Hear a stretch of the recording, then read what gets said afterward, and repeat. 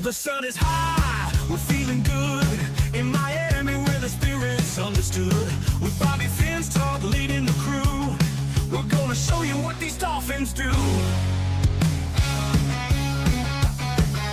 Fins up high, the crowd's roaring loud in the city with the blue and aqua proud. Fin stanzas here with the play-by-play. We're getting ready, it's game day.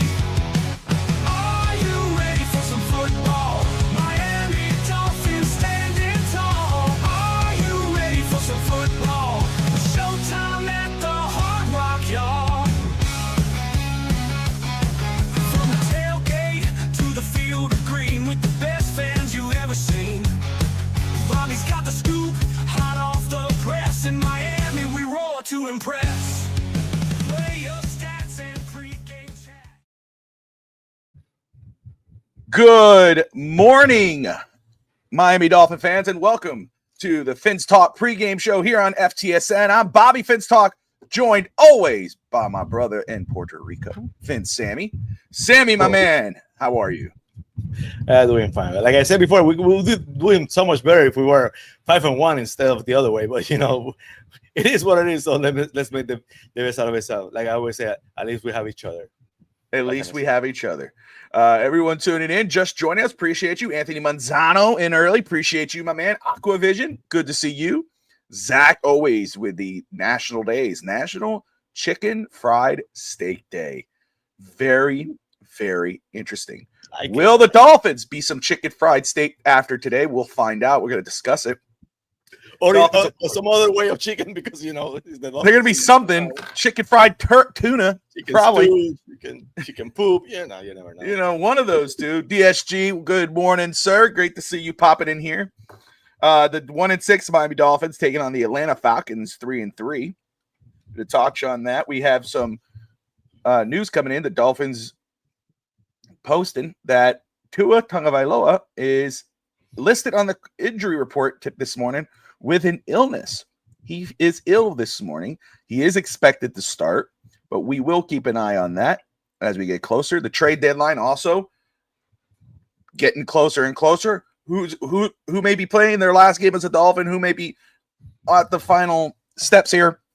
And what's crazy is we got this game today, and then on Thursday night we got the Baltimore Ravens. So it's a short week for Dolphin fans. It's a short week for the Miami Dolphins. So Miami, if they could easily go, if they lose this game, it could easily be 1-8 after Thursday if it does happen.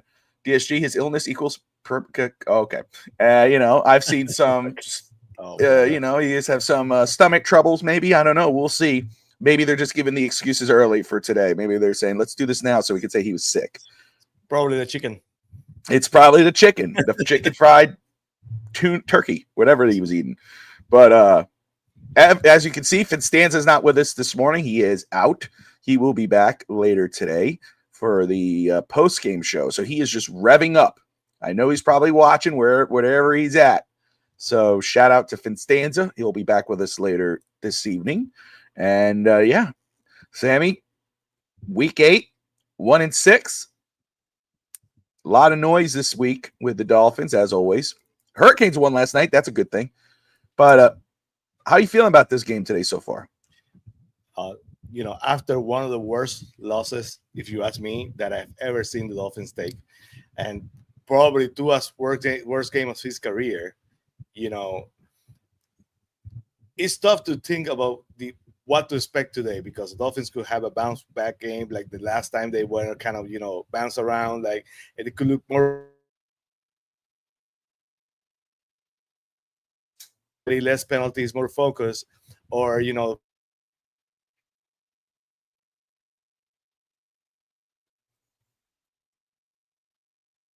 but I'm here. Okay, I'm back. It's hard because, Stephen Ross, it's been said, like, probably, I think it was Armando, someone said that Mike McDaniel probably got an earful after that loss, because I cannot even fathom the idea of the week before Stephen Ross going to the sidelines to celebrate the Dolphins win and basically watching from the sidelines how the Dolphins blew the game against the Chargers. Last week, one of the worst losses of his tenure as owner. And this week, he's going to Atlanta, and to see the Dolphins basically, if the game mediated today, it's the same trend as last week. I don't see a way Stephen Ross can basically, stand still. I've been firmly saying he's not gonna fire Mike McDaniel because he's the one giving an extension, but it's his own mess. It's his own doing by Stephen Ross. So this game is going to tell a lot, basically, is what I'm trying to say. It's going to tell a lot. If the Dolphins get bounced around today and they humiliated again today, and they had never been a great dome team, so that kind of concerns me a lot about the Dolphins today. We might see something happen. I don't say Anthony Weaver gets fired. I don't say Mike McDaniel gets fired, but something has to get, because you cannot keep doing the same thing every single week and expect the Dolphins to react. And it's a great point, because it depends on who you're listening to, who you believe, who you want to believe. It's been conflicting reports in regards to McDaniel's status. You have some saying that the change will be made. You have other people saying that he wants to wait, that he wants to give this guy time. I think the common theme, though, is that Ross does like McDaniel, and that's why McDaniel has survived. And I think that's one of Ross's, how do you say, flaws, is he likes people too much. He always keeps them longer than he should. And I understand some people, Adrian and Rainy Day Podcast, shout out to Adrian, who are like, hey, hold on to him till the end of the year. Don't make any changes. Of course, I'm in the opposite end of that. I'm like, make it now. And that way you could start early on the search for the next coach, the next guy. And of course, before anybody in the comments throws this out there, it's not just Mike McDaniel. Not just pinning the blame all on Mike McDaniel. He is the head coach, though, so he does get the blame. However, Anthony Weaver shares in that blame. Sorry, Miss Phins. Shout out to Miss Phins. Chris Grier absolutely shares the blame. Chris Grier needs to go, for sure. I will say, though, on the positive side for the Miami Dolphins, at least for Dolphin fans today, for those because there are some Dolphin fans, let's just be real, there are Dolphin fans that are hoping, I hope they lose today because I want them to fire everybody. Even though you can never put that trust in the Stephen Ross to actually do it. So you're just hoping for your team to lose at this point. But I understand the notion. I never do it. I want my team always to win. I want to see a win. I want to see HN have 250 yards. I want to see 7 touchdown passes. I want to see Malik Washington have a breakthrough game. I want to see 5 sacks from Chop Robinson. Because then I'm like, hey, man, these are guys for the future, So I always want to see a win.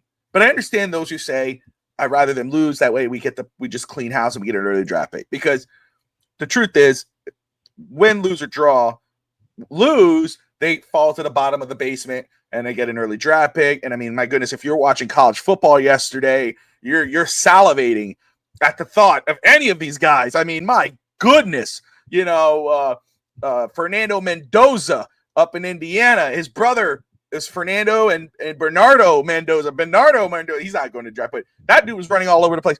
And then you go to Alabama, Ty Simpson. I mean, my goodness, it's like everywhere you turn, it's like options. Leonard Sellers, my goodness. All right, sell for Sellers. I mean, there's so many. So I understand that I don't shame anybody for saying, man, I'd rather we lose and get to the bottom of it, because I understand it. Because if you win, more than likely, you're going to be right where we always are, in the middle. And that's the problem with Miami. It's always right there. So I want to see them win. I understand those who say I'd rather see them lose. It is what it is. We all just want to get eventually where the Dolphins are competing. I want to say shout out to Mike Brown, who's in Orlando right now. He flew down to Orlando, but Mike, the Hebrew Hammer Brown of the Beer Sports Whatever podcast, was on with me yesterday morning on Phins Talk Today. Awesome guy. A lot of love for him. So shout out to him. We talked a lot about all this situation. He was somebody who was always very like, he would go toe-to-toe with Evan. You don't know what you're talking about. McDaniel, Tua. And then he's like, get rid of them all. He's done with them. So it's just kind of where it's at. So any update on Drake London? No update on Drake London as of now. He's questionable as far as I know. We'll wait. I think in a few minutes we should get the inactives report. But we do know that Michael Penix will not start today. He is out. Kirk Cousins will get the start.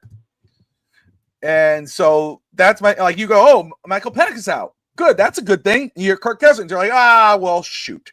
He might not be able to run on us, but it might be one of those days. Scotty, Yeah, morning, sir. breaking news: Drake London out today for There you go. There's your answer. So Drake London out for the Atlanta Falcons. So there you go. Sammy is jumping in and out. And let me make sure I got it. That's why I need to have my phone in front of me. Tati's going to yell at me, but she don't get it. But Scotty, I always want to win, but I understand those fans that prefer us to lose at this point. 100%, Scotty. I get it. Happy Wolverine. Good morning. Phins are getting smoked by Atlanta today. Maybe, just maybe. Maybe, just maybe. But we'll see. Because I was going to say, this might be a game where Miami, with everything, because you have to think, realistically, the way Miami's been playing with running backs, the third stringers, the second stringers, more than likely, Bijan Robinson is going to have himself a monster day with this defense. And the inconsistency of Tua and the offense, maybe, just maybe, they do, right? However, you have to believe, or you have to have it in the backyard somewhere, that Miami, with their backs up against the wall, are going to try to have their best game today. This seems like a game where it's like, realistically, you're like, that's a loss, dude. Come on. And then you're like, but wait a second. What if Miami, with all the talk about getting fired, all the talk about being benched in the second half, all the talk about the structure of the organization split, Tua throwing people under the bus. My goodness, Aaron Donald, a future Hall of Famer, coming at Tua, saying teammates don't like him. Matt Ryan with him on that, kind of saying, just play good, stop talking and play, which is true. Yes. Which is true. It's very easy to say, oh, those guys, these guys, bam, bam, bam, bam, bam. But dude, you're playing like ass. Maybe, just maybe, all that talk, the Dolphins come back and rally and have themselves a game. I know. Am I dreaming, though, Sammy? Am I dreaming? Could that happen today, do you think? I just got a message from my co-host on Phins TV Plus, Eddie Chavo, saying, but we were feeling the Dolphins will win today.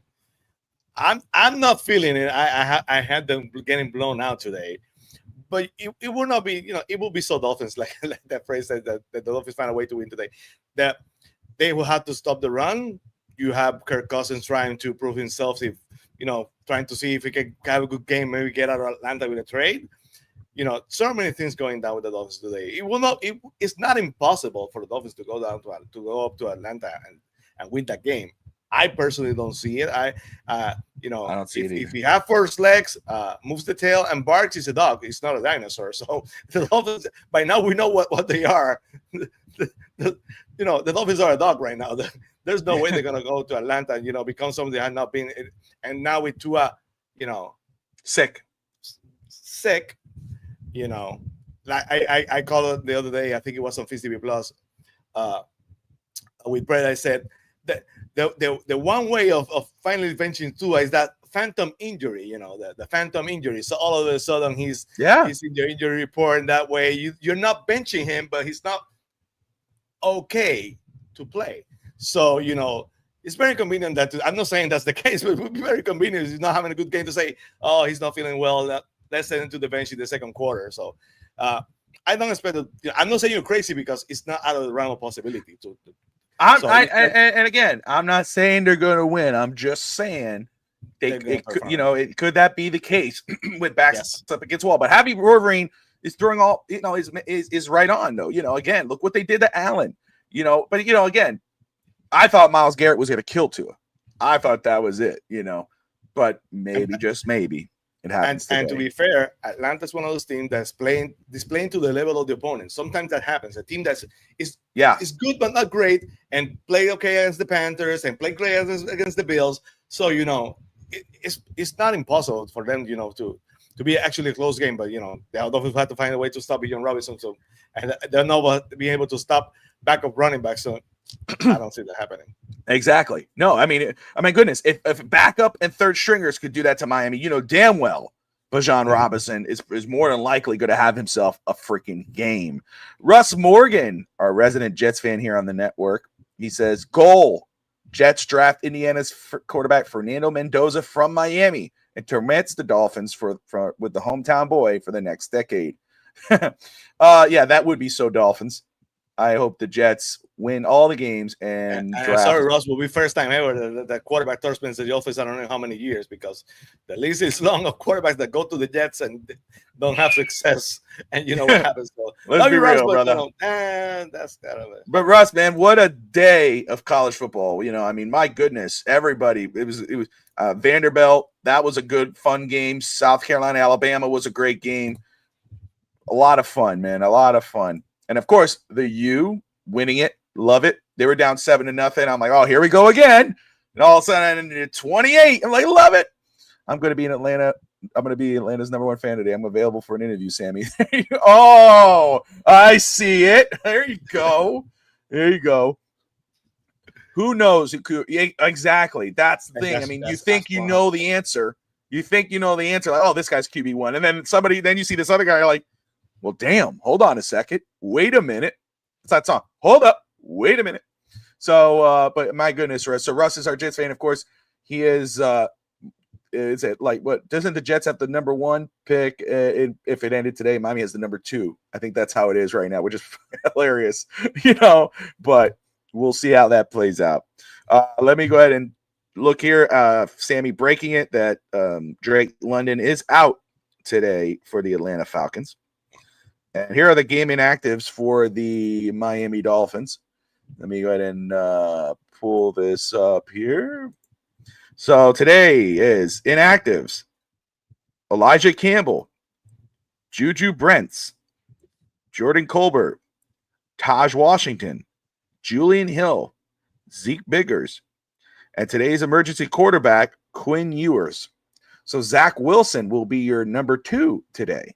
So last week, Quinn Ewers was your #2. He came in for 2 after 2 was benched. This week, Zach Wilson will be our #2, and Quinn Ewers will be the emergency third quarterback. Very, very interesting. And a team that obviously doesn't know what the hell they're doing or what their identity is. Sammy, your reaction to the inactives and, of course, Zach Wilson being active for today.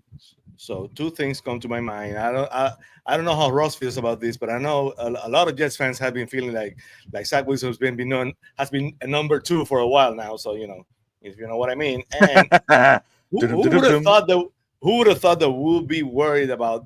The days are here where Julian Hill not playing is kind of worrisome, because Julian Hill was, you know, the pen is actually playing better. He's, you know, the Dolphins right now very thin at tight end with him out and you know, and with the injury before. So, you know, it's worrisome, the Dolphins, you know, right now very thin at tight end. So that's some things that pop up to me, because, you know, at least in the running back, Julian Hill is very, very, you know, important in the running game. So that's another sting for the Dolphins. Yeah, absolutely. And I'll tell you, the list doesn't bother nor surprise me at all. I will say though, just the flip of the quarterbacks from emergency, you know, I don't know if it goes game by game. I don't know if what they saw with Quinn Ewers they didn't like from last week. I know fans were going to love that one play.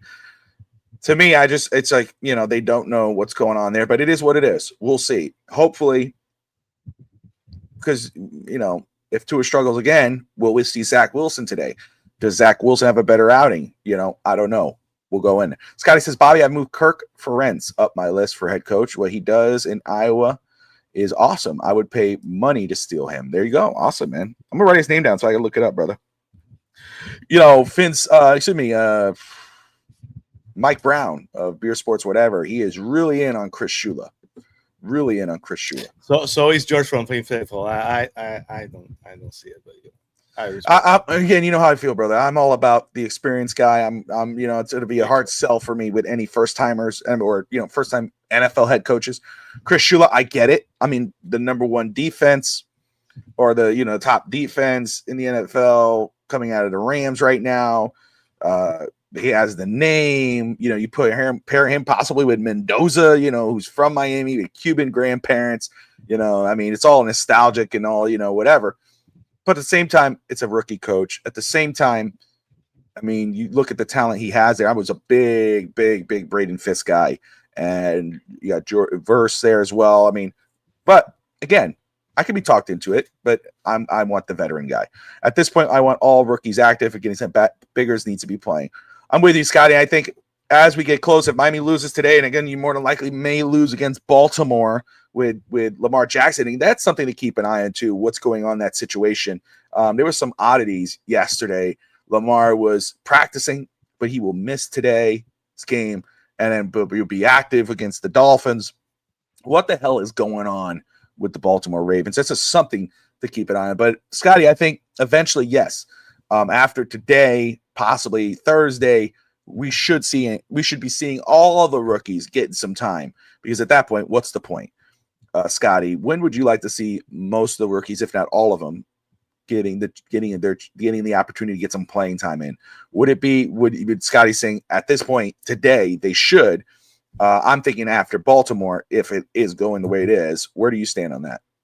I think after the Spain trip, basically, everything, is the white flag is already, basically in the poll. You just need to raise the white flag. But since this team won 8 of 9 games when Flores was here, there's so many people that had hope, but circumstances are very different this time. That it's very complicated in that regard. So for me, after the Spain game, it's basically a bye.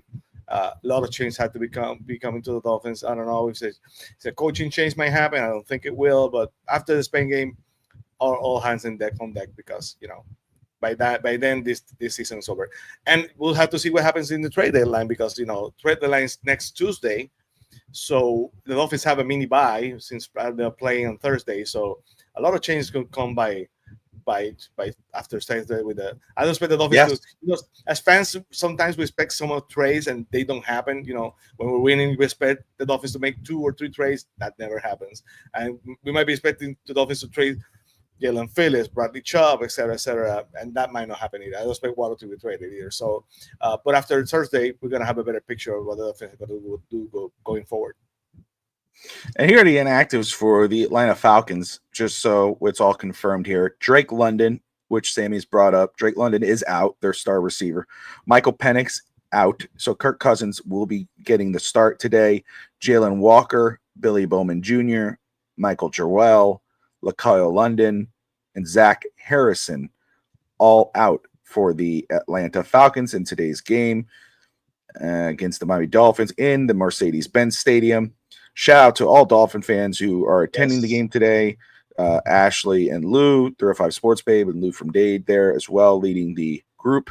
Very cool. Let me see. I make sure I'm not missing anything here. Perfect. Yeah.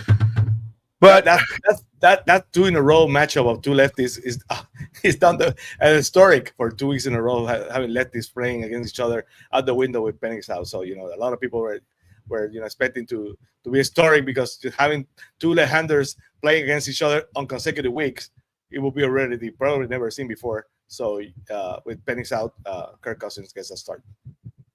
There you go. And let me ask you very quick, and I'm going to get some of these comments too out of the way, but with Kirk Cousins getting the start, do you feel better or worse for Miami's chances today? Or does it matter?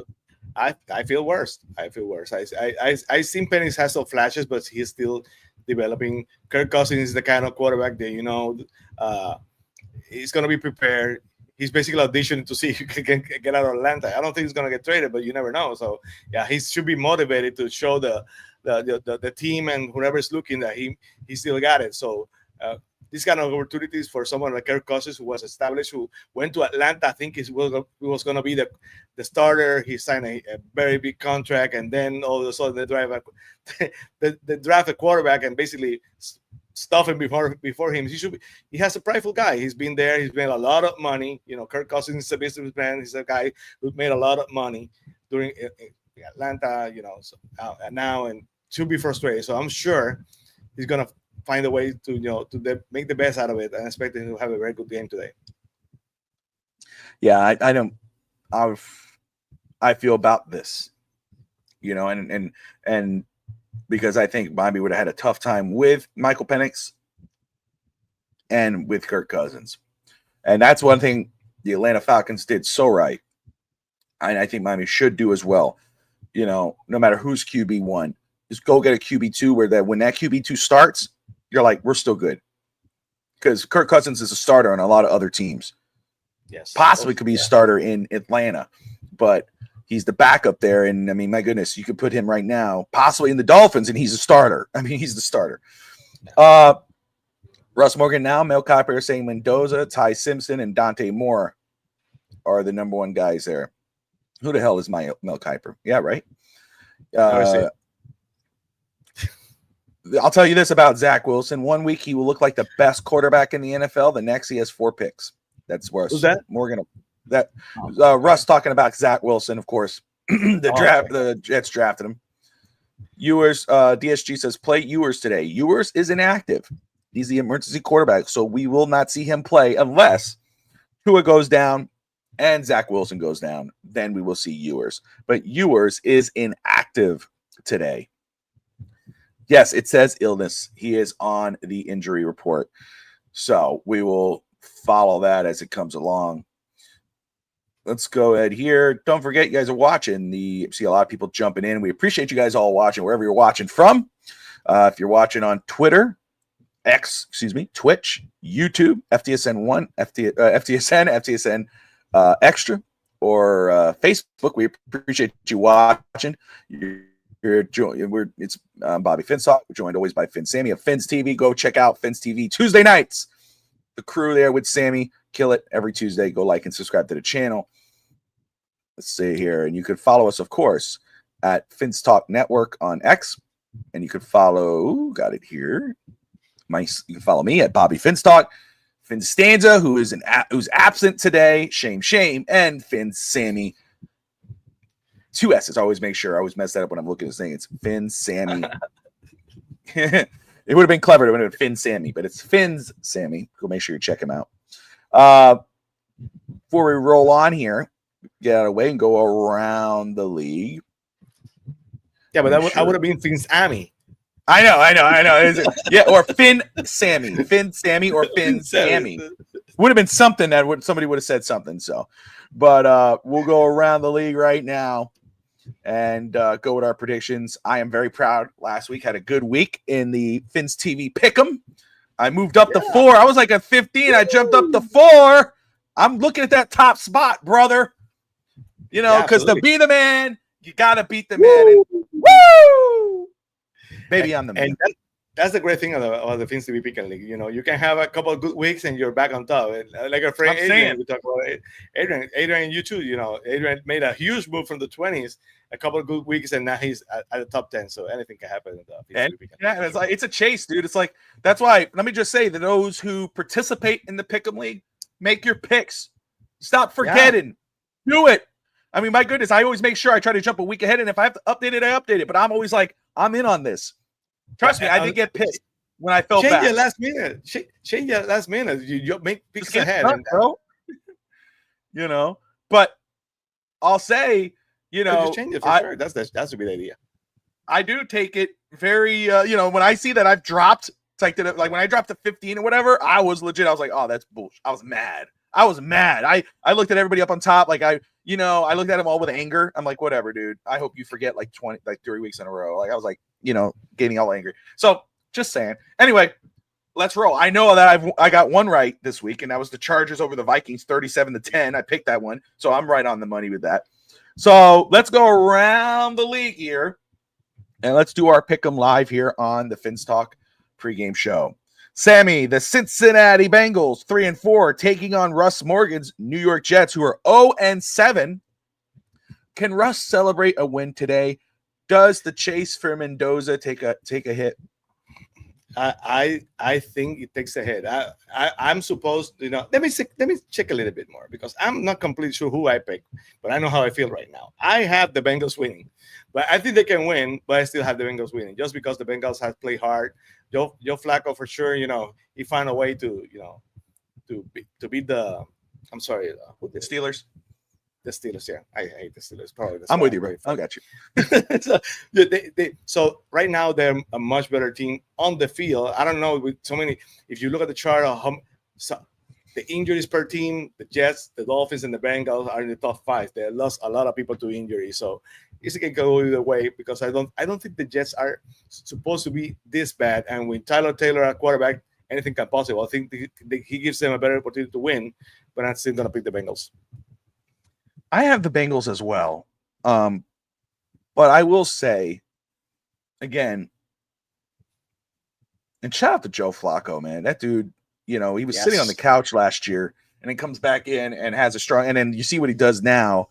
And of course, it's just ridiculous. But I do have the Bengals winning this game, but I don't sleep on the Jets.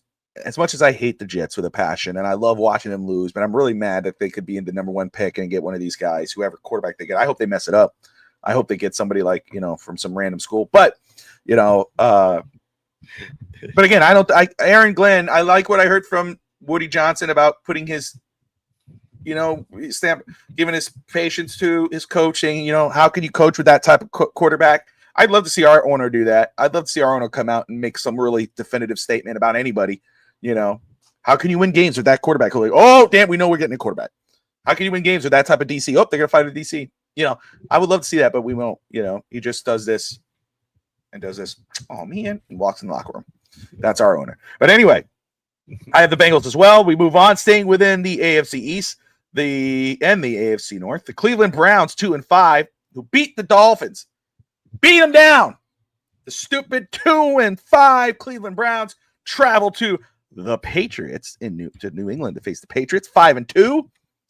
Can the Browns upset the Patriots, Sammy? Could it happen? On a short answer, no. But I have to tell you this: it's been talked so much about the Dolphins schedule, and every single year they had not beaten anyone with a winning record, and the Patriots are basically the same team. That schedule, the Patriots, they had the Bengals coming up, they had the Giants coming up, they had the Jets coming up, they had the Ravens. We'll see how healthy the Patriots and the Jets again.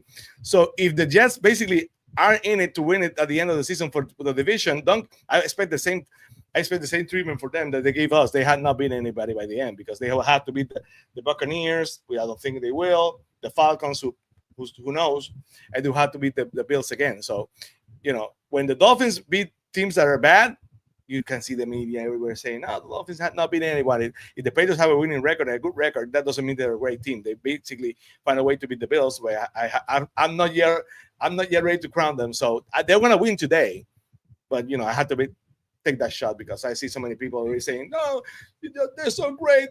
They overlapped us." They have right now the better quarterback. I have sad to say, and they for sure have the better coach. Better coach for sure. That for sure. But I'm not ready to crown the Patriots. So it's still a way to see for me. But they beat the Browns today. On Foxborough for sure. You got to do your Dennis Green impersonation. If you want to crown their ass, crown their ass. They are who we thought they were. We got them the hook. There you go. See, you know what I'm talking. R.I.P. Dennis Green, right? R.I.P. I got the Patriots as well. They're going to go 6-2. They won't do what the Dolphins did. They'll get the job done. The Philadelphia Eagles taking on the New York Giants. The Giants with Scatabo, and does Jackson Dart starting, right? I'm pretty sure he's starting. Yeah, it probably is. Do you have the Eagles taking down the Giants, or do the Giants upset the Eagles? It will be an upset of humongous proportions if the Giants go right now and find a way to win in Philly. I know Philly's not completely healthy and they have their issues too, but they know how to win. They know how to beat the Giants, so I expect them to win for sure. So I have the Eagles as well. I know right now the hype train is behind the Giants, but that's more future hype. That's more to what this team could be with Scatabo, Dart, Abdul Carter. I mean, you know, you would, if you're a Giants fan, you got to feel pretty freaking good about your future. I'll tell you what plays in their favor. Yeah, the hype goes in their favor, but it's a divisional game. These are the games where an upset could happen, where this puts the Giants on the map for the future, where he's like, damn, they beat the Eagles. You know damn well this team's going to be really good next year. I don't have it picked. I have the Eagles winning today's game, but I could absolutely see the Giants upsetting the Eagles today with everything that's going on. Carolina Panthers have had a very good year so far, a surprising year considering they are, you know, the Panthers at 4-3. You know, of course, they came back and beat the Dolphins. It's just one after the other. It's just been a fun year for Panther fans because I mean now you're starting to see the light at the end of the tunnel. You're like, wait a second, could this be? Did we get the right coach? Wait a second, did we get the right QB? Maybe, just maybe. They got the Buffalo Bills coming to town at 4-2. The Buffalo Bills trying to keep up with the New England Patriots, who more than likely will win today. But in Carolina, can the Panthers upset Buffalo?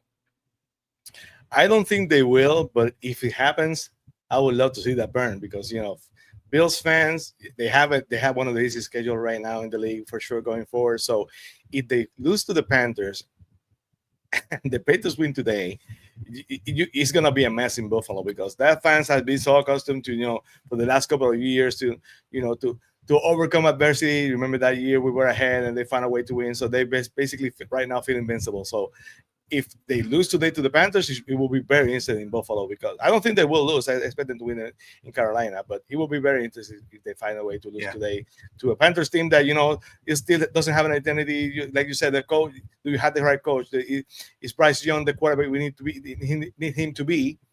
But, you know, it will be very interesting if they lose, but I don't think they will. I expect the Bills to win the game. Yeah, I got the Buffalo Bills as well, but I'm with you. The Panthers seem to be finding their glitch now, their identity with themselves, and they're playing tough, man. They're a tough team to play, and they got fight.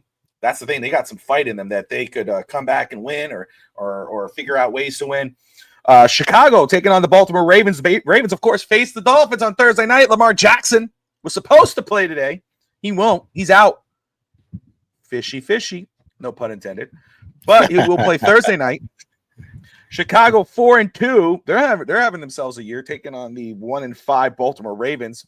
Something's going on there, but I've got the Bears going into Baltimore and winning this game. Am I wrong? I had the Bears winning, and I gave a lot of thought though. Why is he ready to play on Thursday and not today? But it kind of makes sense because if you bring in a quarterback back from injury, you don't want to expose them to, you know, a game in 4 days later. So it kind of makes sense. They basically they will have to rally to find a playoff spot. So they have to be looking forward. So it and probably Lamar wants to play.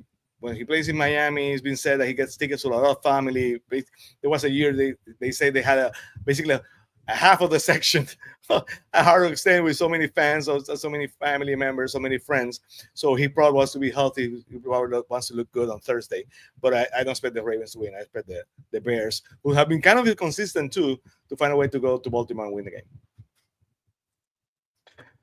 And I will say too, I mean, it could be Lamar or the Ravens, even though, you know, there's rumors that could it be a split? Could Lamar be the one that says, I'm not playing today? Who knows? But all I know is that, or at least what I think is, could it be where Lamar says, or the Baltimore Ravens look and they go, hey, look, you know, take another week. The easier game here would be against the Dolphins. Take a few more days, come back on Thursday and have yourself a big game. And then let's start our run back. Because they are 1-5, they'd be 1-6. So they're still, they could go 11-6, they could go 10-7. They're still on that, in that stratosphere. San Francisco 49ers 5-2, taking on the 2-4 Houston Texans. Can the Texans get a win here? Can they defend their home turf and get a win over San Francisco?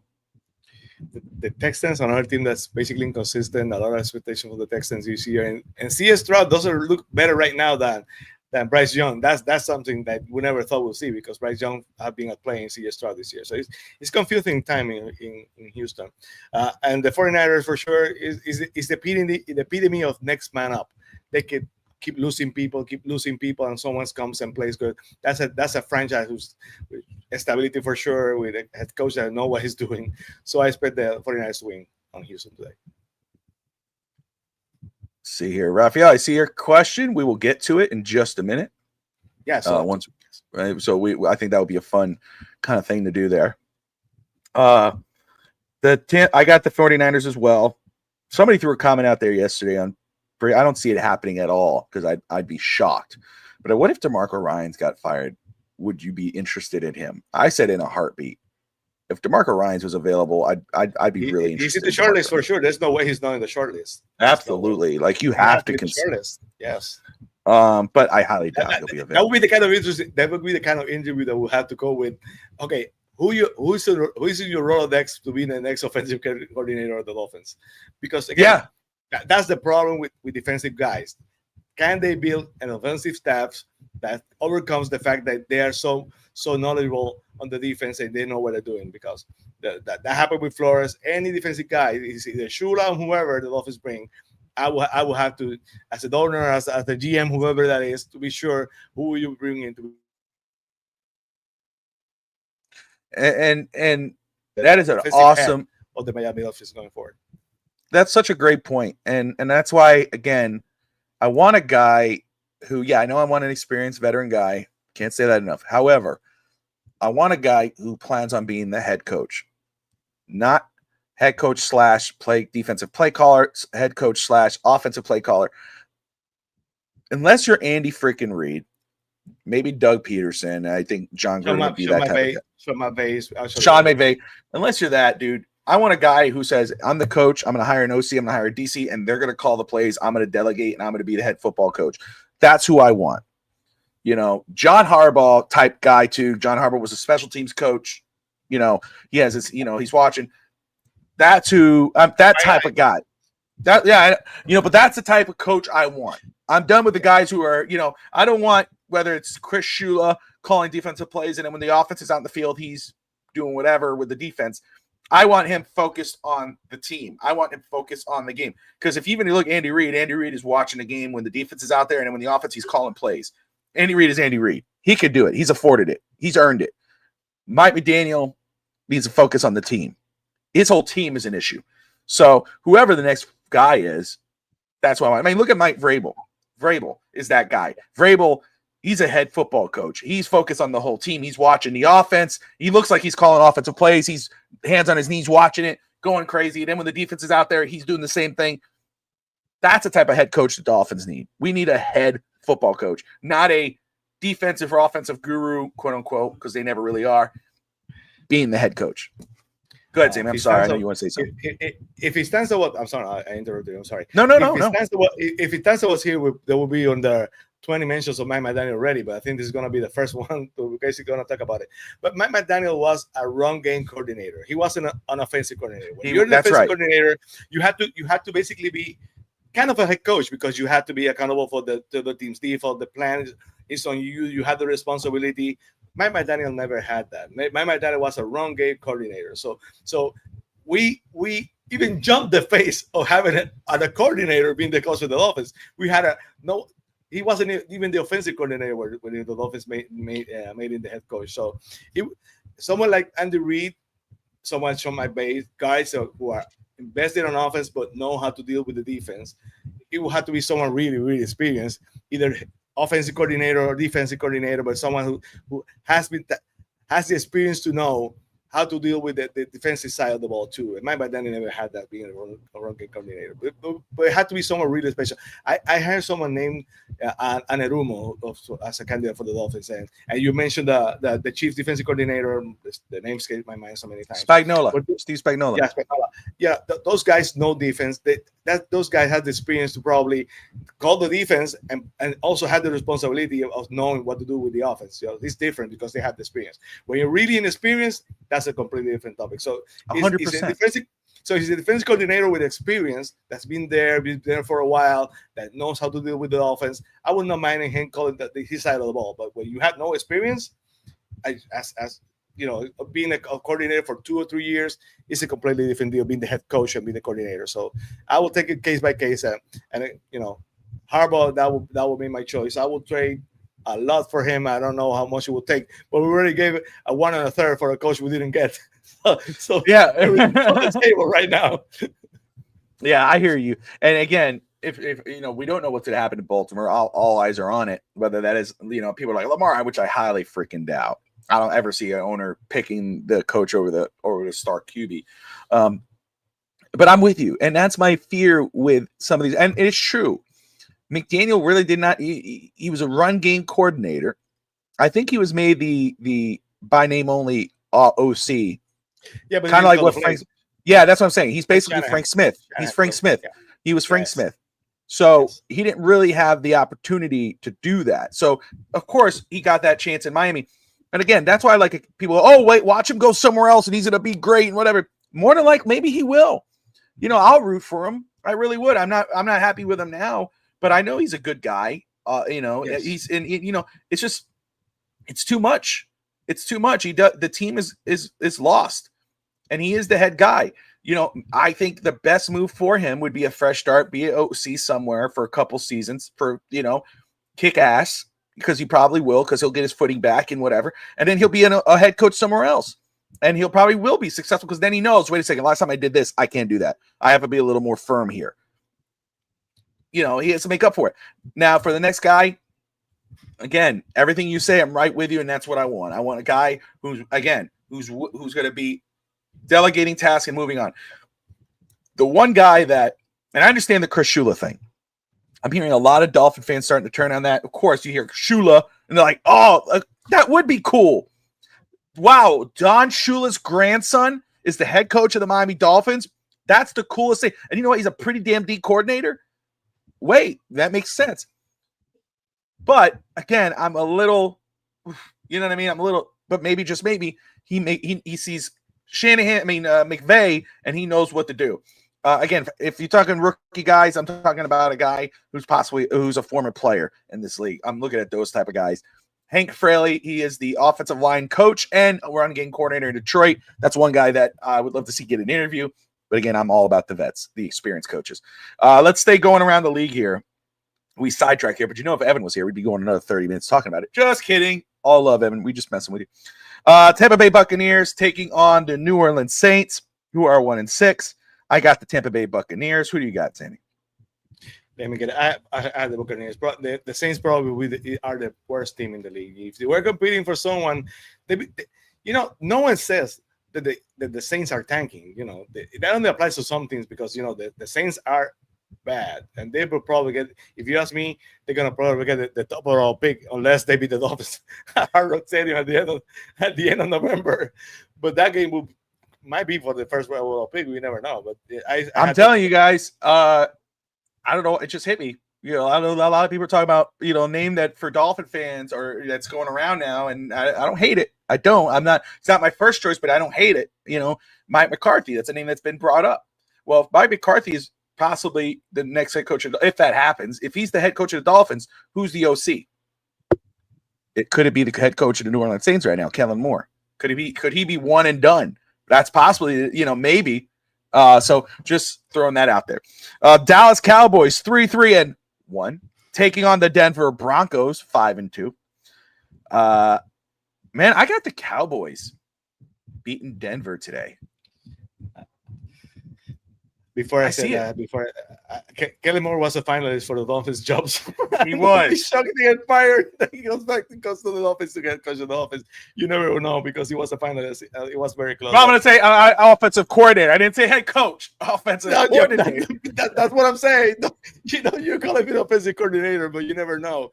He might end up being the coach of the Dolphins. He gets fired. You never know.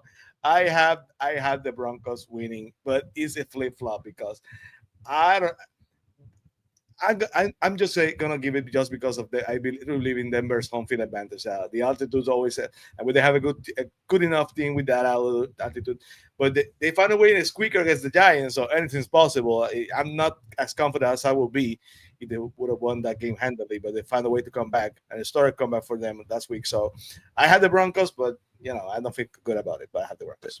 So that's our first split. I think that's our first split. I might decide to pick and league this week. That's a toss-up game for sure. Yeah, that's right. There it is. There it is. Not That's me, the one. I was third, and now for like 10 minutes I was third one week, and now I'm all the way in the back. So that happens. I'm not playing, but I'm still there. Yes. Yeah. Tennessee Titans taking on the Indianapolis Colts. 1-6 versus 6-1. Listen, I live in Tennessee. I know much these fans love the Tennessee Titans. The Tennessee Titans have the brand new stadium coming up. I've seen it. It's getting there. It's going to be beautiful. It's going to be a beautiful stadium, and I look forward to sitting in there. Cam Ward, I'm always rooting for. That's a Miami Hurricane, so I do root for him. However, there's no way they win today. They'll be 1-7. The Colts will win easily, and they'll be 7-1. I'm gonna stop betting against betting. I don't bet, picking against the Colts just because that offensive line, sets the them for that team. They're really playing inspired, really playing well. I'm not gonna even call this a trap game. I have no expectation of the Titans winning, so I have the Colts winning handily against at home against the Titans. Yes. You got the Sunday night game, Green Bay Packers taking on the Green Bay Packers, who are 4-1-1, taking on the 4-2 Pittsburgh Steelers. I have Green Bay. Do you have Pittsburgh? I have Pittsburgh with the term and conditions that if they lose this game, they're on fraud alert. So I'm gonna pick the Steelers just because I expect Aaron Rodgers to be motivated, and just because of that. But if they lose, they're on fraud alert for me. So they better win tonight. There you go. And then the Monday Night Football game, the 3-4 Washington Commanders taking on the 4-3 Kansas City Chiefs. I've got the Chiefs. Who do you got?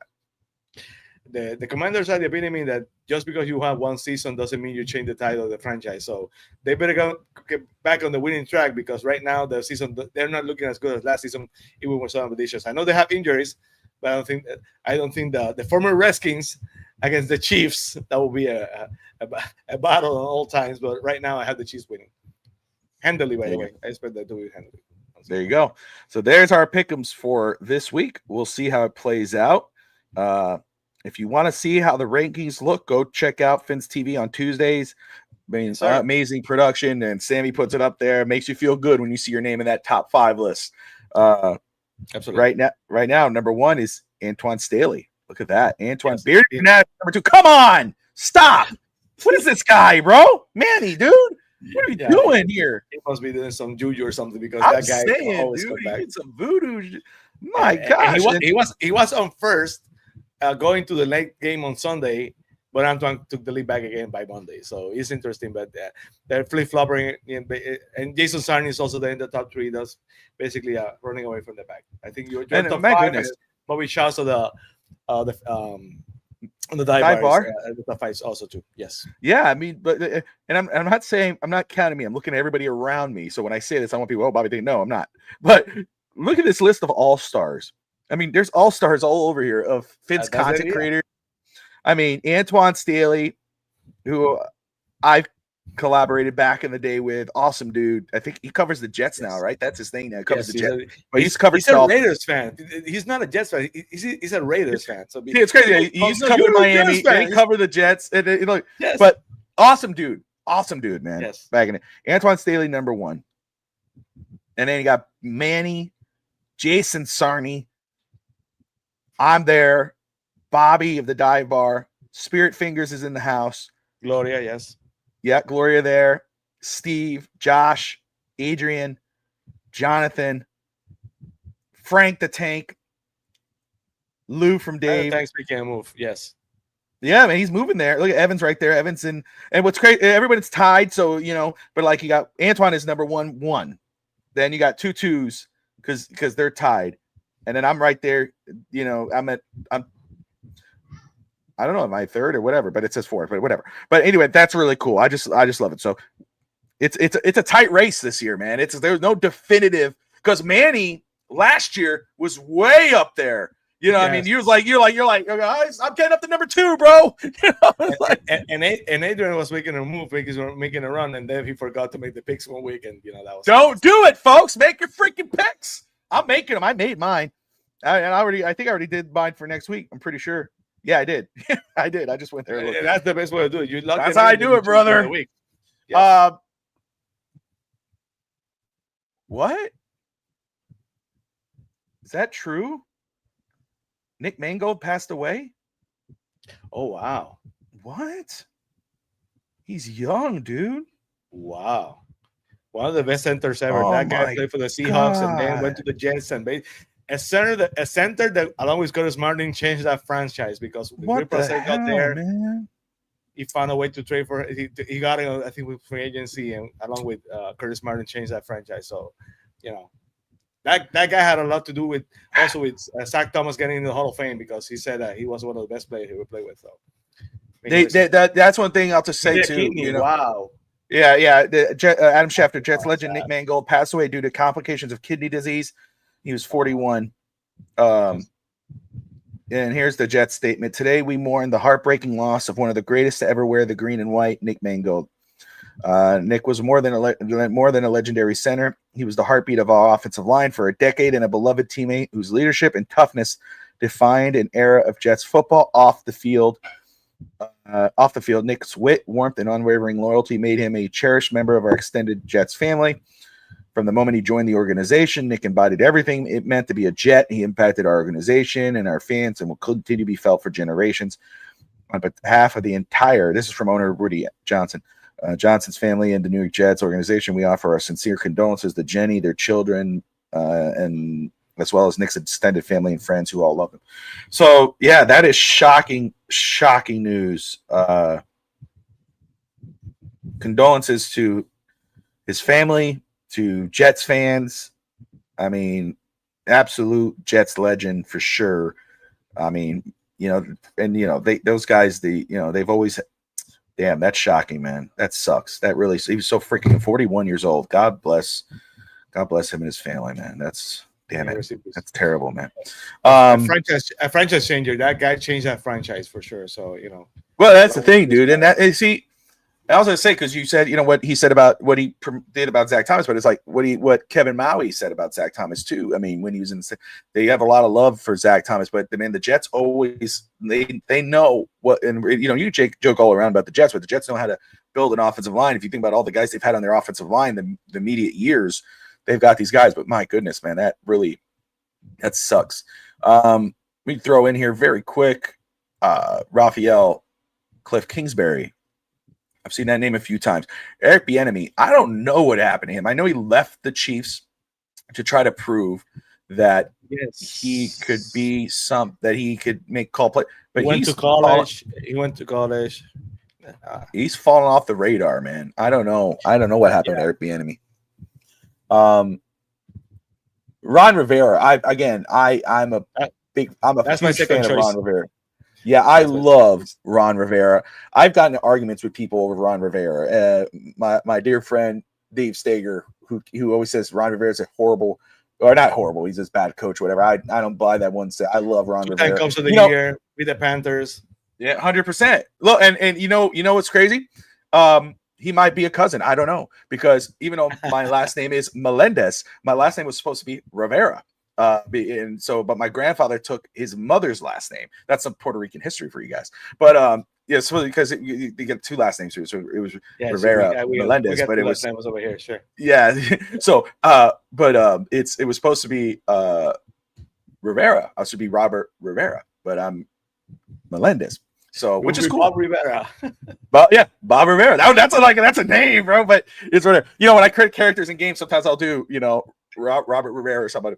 No, but Ron Rivera. So, and he's part Puerto Rican too. So, but that's not why. But it's not why. I mean, I would love to see it. It's not why, but I would love to see it. I think Eddie took a shot at me saying, "Yeah, just because of Puerto Rican." No, because basically he's one of the best coaches around. He's one of the best, dude, and former player. He's a culture setter, Super Bowl champion, 2-time Coach of the Year. See, Sammy and I are going to be leading this train right now. That's it. We'll wear the Puerto Rican gear. We're gonna push for Ron Rivera.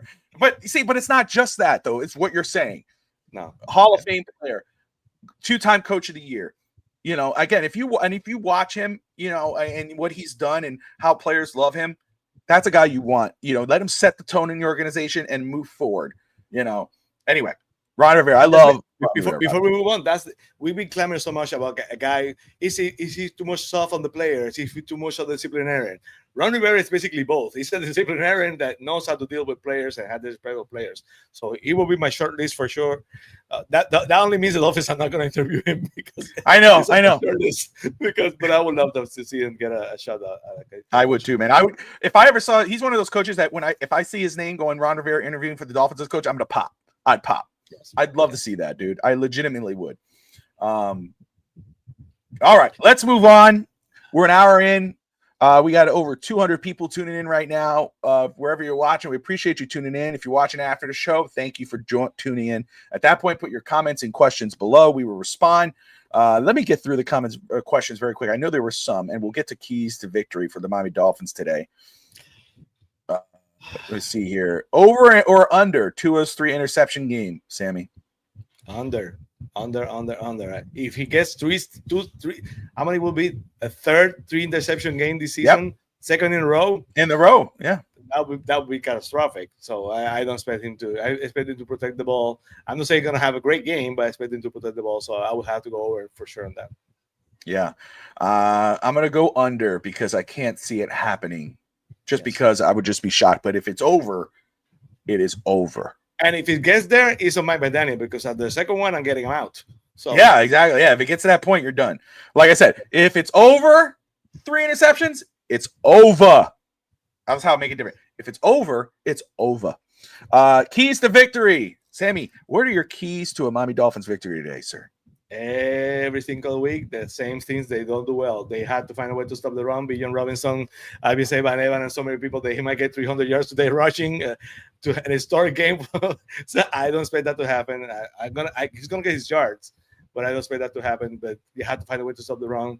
Like you said, Tua, he has to protect himself against that turnover, that interception in the when the Dolphins are driving and they have a chance, and here comes the fumble, here comes the sack that gets you back, the interception. Tua has to be aware of his surroundings. He has to find a way to protect the ball, and the coach's decisions.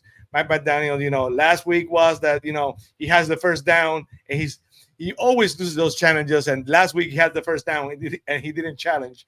Mike McDaniel has to be more aware about the game and has to make better decisions. If they find a way, of course the penalties always, but if they find a way to do the things, they might have a shot to keep this game close. There you go, man. I just love how right away I start checking things off, but it's very simple for me. Stop the run. Stop the run. For the love of God, stop the run. Protect the ball. Don't turn it over. Tua, don't fumble the ball. Anybody else? Protect that football. Get the turnovers, and then run the ball. Run the ball. Diversify your offense. That's my 3 keys to Dolphins victory today. Short, sweet, to the point. Now we get to does it matter? Now we get to our prediction. Sammy, who wins and what's his final score? I have a landslide. And before I said that, it's interesting that Dolphins, they have Jeff Wilson's on the practice squad, right? Yes. Okay. And Jalen Wright, is he back out from the injury reserve?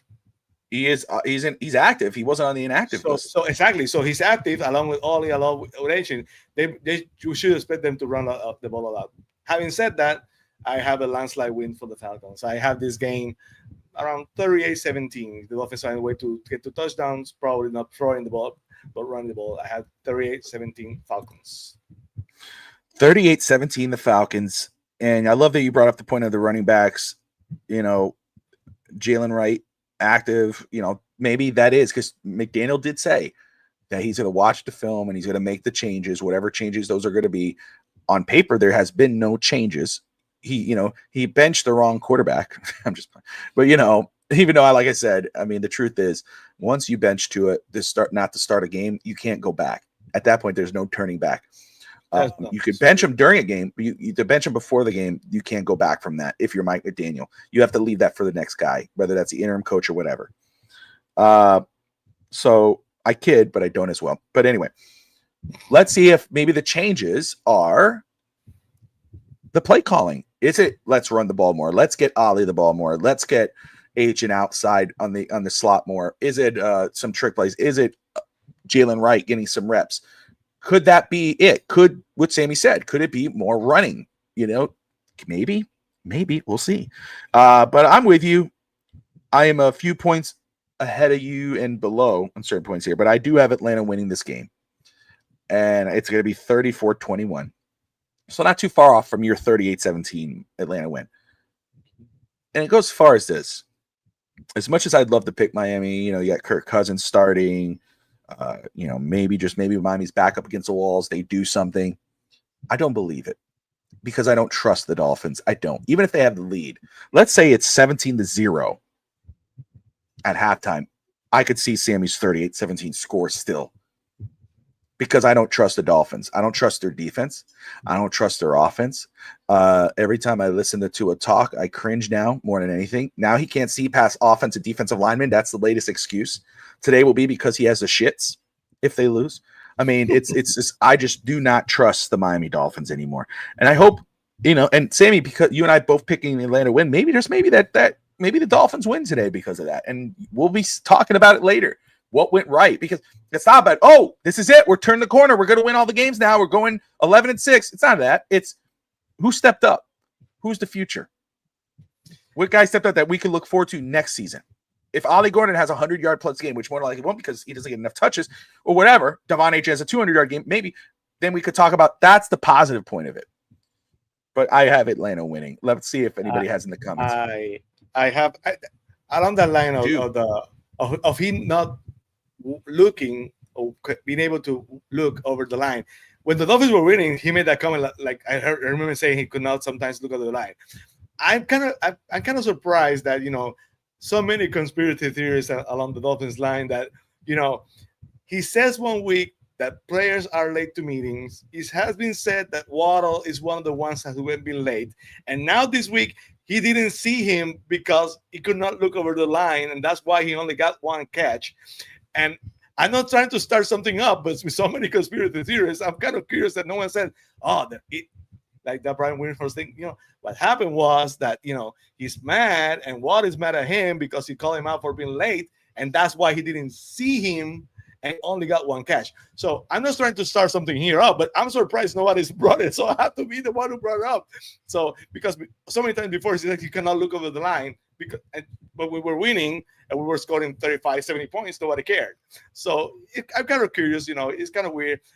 Having said that, I still don't expect Water to get traded. But and now reports about teammates not liking Tua and stuff. I don't know. It's getting weird in the Dolphins locker room for sure. It's getting very weird in Dolphins land, man. But hey, we're 34 minutes away from game time. We appreciate everybody watching here on the Phins Talk pregame show. We missed Finn Stanza today, but I think we had a great show, had a fun show. Me and Finn, Sammy. That's why the show. That's why the show has been an hour because Fistanza would have got the all of 5 minutes. We had 2 hours over. How about times do you feel about talking about my Daniel? Sorry, Evan. Yeah, that's right. Quick, easy, to the point. Sammy, what do you got going on today, my man? Will you be on the Fins Faithful pod post game? I will be in the Fins Faithful pod. It will be interesting if Frank the Tank shows up for another rant to start the show. Those are usually a lot of fun. Hopefully, those Dolphins surprise again and winning today it will be glorious because again the Dolphins need a win. And on Tuesday on Fins TV, we were talking about if Mike McDaniel has a escape route. If Mike McDaniel can basically go win or lose today to Steven Ross and say, like I said before, I got the job the way you wanted me to. I got different defensive coordinator you wanted me to. I got the quarterback you wanted me to, and I tried to face them. But it's on you, not on me, because I did everything I could with what you gave me. So please let me stay. So we're gonna talk a little bit if Mike McDaniel has escape route with Steven Ross at the Dolphins. There you go. So the catch Finn Sammy on the Fins Faithful podcast post-game show immediately after the game. They will be live, and then you could catch the Phins Talk post-game show tonight at 8 o'clock Eastern time with Constanza and myself and whomever would love to join. We usually do that. And then, of course, catch Phins TV on Tuesday nights. Like you said, you'll be talking about that. And, of course, hopefully talking about a win. We'll see. We appreciate everybody who's tuned in. DSG, Scotty, Raphael, Aquavision, CCRR, who changes his banner every time the Dolphins play. Russ. Yes. Let's see. Make sure I'm not missing anybody here. Happy Wolverine, Anthony Manzano, Zach. And again, condolences to the Nick Mangold's family and the Jets fan base and organization. Nick Mangold passing away at the young age of 41. Sad out of there. But anyway, yes, don't forget, enjoy the game. Pregame show on Thursday. People there's no Phins Plus because we're gonna have it. That's right. Thursday night, the Dolphins take on the Baltimore Ravens. That means that Thursday night, 6:30 Eastern time, the Phins Talk pregame show will be live on Thursday night in place of Phins TV. Sammy, Eddie, Finstanza, myself, a little later on, will be in there after I get home from work. But the guys will be here to talk Baltimore, Miami. So make sure you guys check that out. Like and subscribe. Hit the notifications bell to tune in. Again, you catch Sammy again immediately after the game on Phins Faithful podcast with Jason Sarney and George and company over there. Maybe Frank the Tank, Barstool. And, of course, catch me in Finstanza later on this evening on the postgame show here on FTSN. Dolphin fans, I know it's hard. We're 1-6, possibly 1-7, God forbid. Possibly 1-7, but I know it's hard. But no matter what, do me a favor. Like, share, subscribe. Most importantly, as always, Dolphin fans, fins up. See you guys after the game.